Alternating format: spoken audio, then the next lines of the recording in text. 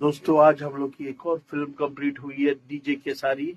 और देखिए केसारी जी स्वयं माइक निकालते हुए अपने स्टूडियो का, क्योंकि हमारा रिकॉर्डिंग जा चुका है और केसारी जी इन सारी विधा से अवगत है और इसके लिए वो स्वयं अपने स्टूडियो का माइक निकाल कर उसको बहुत ही सुरक्षित जगह पर रख रहे हैं।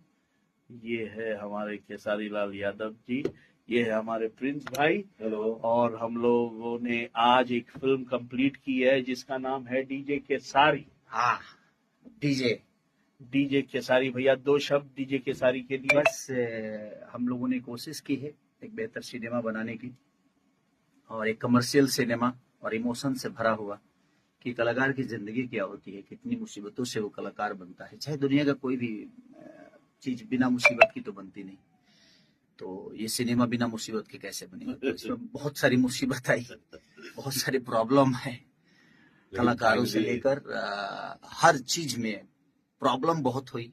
और प्रॉब्लम को, जिस चीज में प्रॉब्लम ना होना उसमें मजा नहीं आता। जिस जिंदगी में दर्द ना हो जीने का कोई मतलब नहीं, और जो जलता है वही किसी के काम आता है। तो मुझे लगता है जिस तरह खाने पकने के बाद ही खाया जाता है, उसी तरह जलने के बाद ही इंसान बड़ा आदमी बनता है, या उसके कोई मोल होते हैं। और हम सबके मोल इसीलिए हैं कि हम जलते हैं, और जो भी जलता है उस दुनिया में सबका मोल होता है।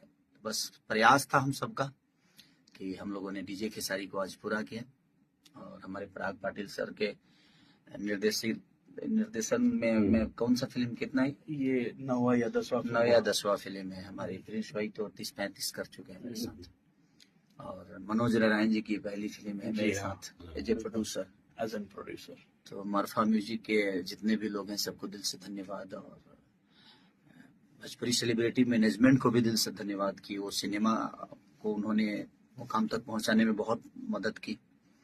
और जितने भी कलाकार हैं हमारे, नीलम गिरी से लेकर अवधेश मिश्रा से लेकर, जितने भी महेश आचार्य से लेकर, जो भी हम हमारे सिनेमा के लिए काम किए, जितने भी कलाकार जिनका नाम मैं भूल भी गया हूँ, बहुत सारे लोग थे। तो निशा थी, विनीत विशाल जी, विमल जी, बहुत सारे लोग थे। रिंकू भारती जी, सरधा जी थी, श्रद्धा जी नहीं, स्वीटी सिंह। हाँ, स्वीटी सिंह। माँ कौन थी? माँ कहाँ थी? माँ बाप अवधेश मिश्रा जी थे।